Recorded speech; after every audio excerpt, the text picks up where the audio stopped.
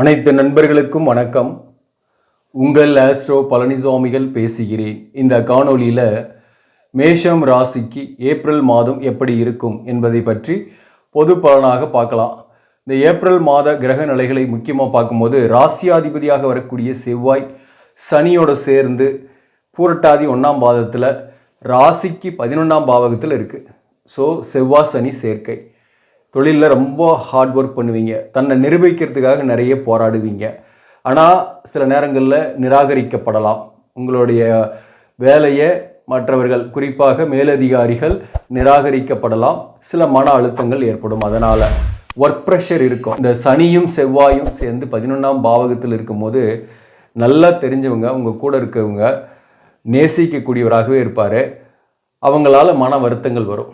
நேசிப்பவர்களால் மன வருத்தம். நீங்கள் நேசிக்கிறீங்க, நல்லா பழகிட்டுக்கிறீங்க அப்படின்னா கூட அவங்க உங்களுடைய அன்பையோ உங்கள் காதலையோ பாசத்தையோ புரிந்து கொள்ளாமல் உங்களை எடுத்தெறிஞ்சு பேசலாம், அல்லது ஏதோ ஒரு வகையில் நிராகரிக்கலாம். நண்பர்களாக கூட அவங்க இருக்கலாம், பக்காங்கிறவங்களாகவும் இருக்கலாம். ஒரு க்ளோஸ் ரிலேஷன்ஷிப்பில் இருக்கீங்கன்னாக்க சில கருத்து வேறுபாடுகளாக அந்த காலகட்டத்தில் வரும். பிள்ளைகள் மூலம் செலவுகள் ஆகும். பிள்ளைகளுடைய உடல்நலத்தில் கவனம் செலுத்திக்கணும். அவங்க வண்டி வாகனங்களில் போகிறாங்கன்னா கூட எச்சரிக்கையாக இருக்க சொல்லணும். அதே போல் நீங்களுமே பார்த்தீங்கன்னாக்க உடல்நலத்தில் கவனம் செலுத்திக்கணும். வண்டி வாகனங்களில் போகும்போது சீட் பெல்ட் அணியிறது, ஹெல்மெட் அணியிறதெல்லாம் ரொம்ப ரொம்ப முக்கியமானது. தேவையற்ற பயணங்கள் அலைச்சல்கள்லாம் நிறையவே வரும். அதனால் பிரயோஜனம் இருக்காது. அதனால் தேவையற்ற பயணம் அலைச்சல்கள்லாம் தவிர்த்துறது நல்லது. இப்போ ஒரு 3வது நபரை நம்பி நீங்கள் ஏதாவது ஒரு காரியத்தில் இறங்கினீங்கனாக்க கையில் இருக்கக்கூடிய பணம் போச்சு. உங்களுக்கு நிறைய பேர் இந்த மாதிரி வருவாங்க. இந்த நேரத்தில் உங்களுக்கு அட்வைஸ் சொல்கிறேன்ட்டு வருவாங்க, அல்லது ஹெல்ப் பண்ணுற மாதிரி கூட வருவாங்க. ஆனால் உண்மையிலேயே கடைசியில் பார்த்தாக்க அவங்களுடைய அட்வைஸால் நீங்கள் பாதிக்கப்படுவீங்க. ஏதாவது ஒரு பொருள் வாங்குறதுக்கு உங்கள்கிட்ட சொல்லுவாங்க, பேசுவாங்க. நீங்களும் அந்த பொருளை வாங்குறீங்கனாக்க அவங்களுக்கு அந்த கமிஷன் போகும். ஆனால் உங்களுக்கு நஷ்டமாயிருக்கும். ஏதோ ஒரு வகையில் பணத்தை முடக்கம் செய்யக்கூடிய சூழ்நிலை இந்த காலகட்டத்தில் இருக்குது. 3வது நபரால் ஆபத்து. அதனால் கொஞ்சம் கவனமாக இருந்துங்க. சில பேருக்கு பார்த்தீங்கன்னாக்க கூடவே இருப்பாங்க, நல்லாவே தெரியும் இவர் தான் நமக்கு இடைஞ்சலான பார்ட்டி, பிரச்சனையை கொடுக்கக்கூடியவர் நமக்கு தெரியும். ஆனால் தெரிந்தும் அவருக்கே உதவி செய்து கொண்டு அவரோடைய தங்கியிருக்கக்கூடிய சூழ்நிலை, அவரோடைய வாழக்கூடிய சூழ்நிலையும் இருக்கும் சில பேருக்கெல்லாம். மொத்தத்தில் பார்த்தீங்கன்னாக்க இந்த மாதத்தை பொறுத்தவரையிலும் நீங்கள் சந்திக்கக்கூடிய மனிதர்களோட கவனமாக இருக்கணும், புதியவர்களோடு கவனமாக இருக்கணும். சகோதர உறவு கூட பிரச்சனையாக தான் இருக்கும். இந்த சனி செவ்வாய் சேர்க்கை இருந்தாவே சகோதர வகையில் இருக்கக்கூடிய கருத்து வேறுபாடுகள்லாம் கொஞ்சம் பெருசாகும். ஏற்கனவே கருத்து வேறுபாடோடு இருக்கீங்கன்னா இந்த நேரத்தில் அமைதியாக இருந்துறது நல்லது. எந்த வாக்கையும் கொடுக்காம வார்த்தைகளை விளையாடாமல் இருக்கிறது நல்லது.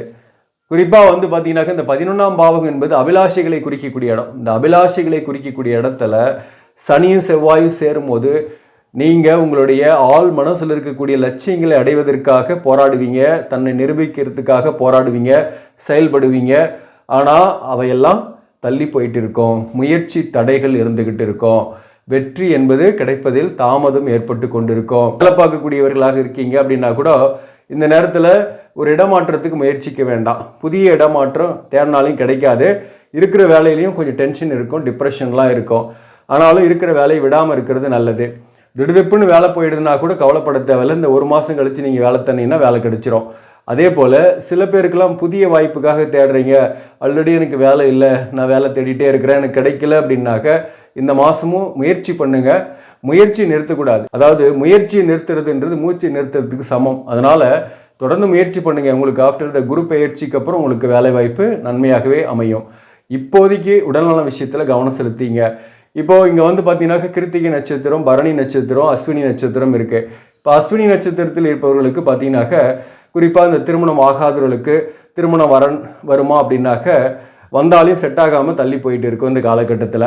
அதே போல் அஸ்வினி நட்சத்திரத்தில் இருப்பவர்களுக்கு குடும்ப வாழ்க்கை எப்படி இருக்கும் அப்படின்னாக்க வாழ்க்கை துணைவரோட கருத்து வேறுபாடு வரும், அல்லது வாழ்க்கை துணைவருக்கு ஹெல்த் இஷ்யூஸ் போகலாம்.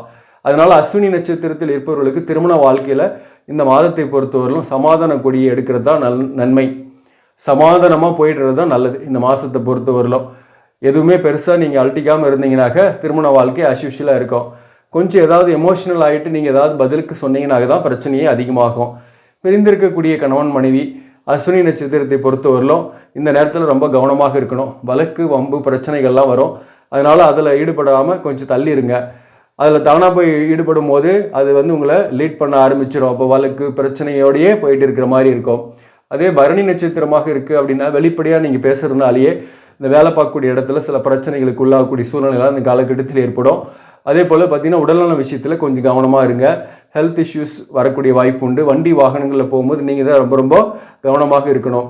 அதே போல் பார்த்தீங்கன்னாக்க கிருத்திகை நட்சத்திரத்தில் பிறந்தவர்கள் பொறுத்தவரையிலும் இந்த மாதத்தை பொறுத்தவரையிலும் பணம் விரயமாகும். பணம் வர்றது குறைவாக இருக்கும், பணம் நிறைய விரயமாகும், மன அழுத்தம் இருக்கும், சரியான தாம்பத்தியம் இருக்காது, கணவன் மனைவிக்குள் ஒற்றுமை கொஞ்சம் குறைவாக தான் இருக்கும். பிரிந்திருக்கீங்கன்னா கூட இந்த நேரத்தில் சேர்றதுக்கான முயற்சிகள் பெருசாக பலனளிக்காமல் இருக்கும். அதே போல் பார்த்தீங்கன்னாக்க கிருத்திகை நட்சத்திரத்தில் பிறந்தவர்களுக்கும் இந்த மாதத்தை பொறுத்தவரையிலும் பொருளாதார ரீதியாக கொஞ்சம் தட்டுப்பாடுகளை சந்திக்கக்கூடிய சூழ்நிலை இருக்குது. ஆக மொத்தம் இந்த மேசராசிக்கே பார்த்தீங்கன்னாக்க வரவு இருந்தாலும் செலவுகள் அதை விட அதிகமாக இருக்கும். அப்போ வந்து பொருளாதார ரீதியாக பாதிக்கப்படுவீங்க. குறிப்பாக பிள்ளைகள் வழியில் நிறைய செலவுகளோ மன வருத்தங்களோ அடையக்கூடிய சூழ்நிலை இருக்குது. ராசிக்கு 5ஆம் அதிபதியாக வரக்கூடிய சூரியன் உங்கள் ராசிக்கு 12ஆம் பாவகத்தில் ராகுவோடு சேர்ந்து இருக்க போகிறாரு. அதில் கிரகண தோஷம் அடைய போகிறாரு சூரியனை பொறுத்தவரையிலும் ராசிக்கு 12ஆம் பாவகத்தில். அதனால் வந்து பார்த்தீங்கன்னாக்க பிள்ளைகள் தொடர்பான கவலைகள் பிரச்சனைகள், சில பேருக்கு புத்திர பாக்கியம் கிடைக்கிறதுக்காக முயற்சி பண்ணுவீங்க, மருத்துவ செலவெல்லாம் செய்வீங்க, அது செய்யலாம், அதுக்கான வாய்ப்பு இருக்குது. சில பேருக்கு ஒரு குழந்தை பாக்கியம் கூட கிடைக்கும். இந்த சூரியன் ராகு சேர்க்கின்றதுனால மருத்துவ செலவுகள் மூலம் குழந்தை பாக்கியம் கிடைக்கும். குலதெய்வ கோயிலுக்கு மறக்காமல் போயிட்டு வாங்க, அது வந்து உங்களுக்கு ஓரளவுக்கு முயற்சி தடைகளை நிவர்த்தி பண்ணும். 12ஆம் பாவகத்தில் இந்த சூரியன் ராகு புதன் வக்கரமாயிடுறாருங்க. 6 குடியவன் 12ல் இருந்து வக்கரமாகிறதுன்றது பார்த்தீங்கன்னா ஒரு வகையில் நல்லது தான். அப்போ வந்து பார்த்தீங்கன்னாக்க கடனுடைய அழுத்தம்ன்றது பெருசாக இருக்காது, ஆனால் கடன் வரும். கடன் கேட்டிங்கன்னா கடன்லாம் கிடைக்கும். அதே சமயத்தில் வந்து பார்த்தீங்கன்னாக்க 12ல் வந்து சுக்கிரன் உச்சமாய் நிற்கிறாரு. அந்த வகையில் சில பேருக்குலாம் புதிய காதல்லாம் ஏற்படும். புதிய காதல், புதிய ரிலேஷன்ஷிப்பு அல்லது புதிய நண்பர்கள் இதெல்லாமும் ஏற்பட்டு ஒரு மன மகிழ்ச்சியை அவர்களுக்கு கொடுக்கும். இந்த உறவுகள் மலருவதால் நன்மையா அப்படின்னாக்க இது வந்து உங்களுடைய தசாபுக்தி நல்லா இருக்குது, உங்கள் ஜாதகத்தில் நல்ல அமைப்புகள் இருக்குன்னா இந்த உறவால் ஒன்றும் பெருசாக பாதிக்கப்பட மாட்டீங்க. இன் ஃப்யூச்சரில் வந்து அது வந்து சப்போஸ் உங்களுக்கு மேரேஜ் ஆகலைன்னா கூட அதுவே கூட உங்களுக்கு மேரேஜ் ஆகக்கூடிய அளவு கூட கொண்டு போகும்.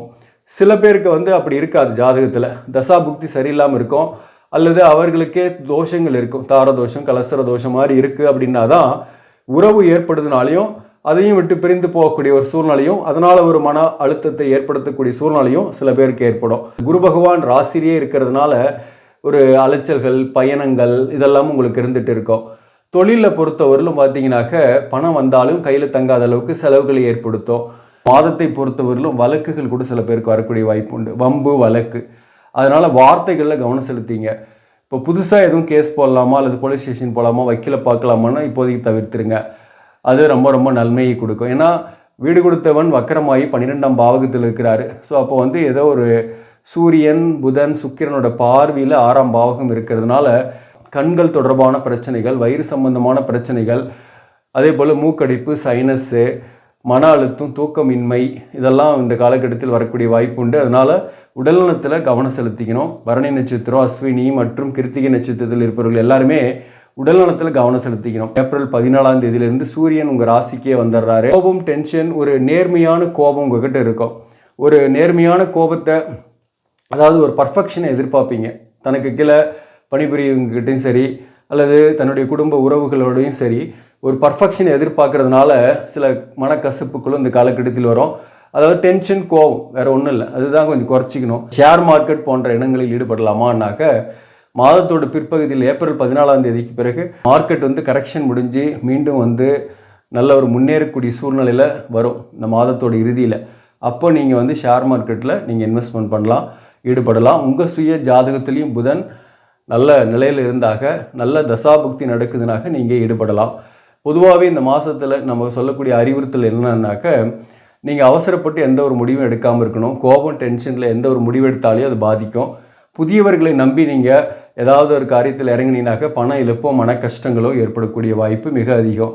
நேசித்தவர்களாலேயே சில மன வருத்தங்களை இந்த காலகட்டத்தில் அடையக்கூடிய வாய்ப்பும் இந்த நேரத்தில் உண்டு. அதனால் எதையுமே எதிர்பார்க்காம அன்பு செலுத்துனீங்கன்னு வச்சிங்களேன், அவங்க நான் வந்து நேசிக்கலனாலையும் சரி, அவங்க நம்மளை விட்டு போனாலையும் சரி மன வருத்தம் பெருசாக வராது.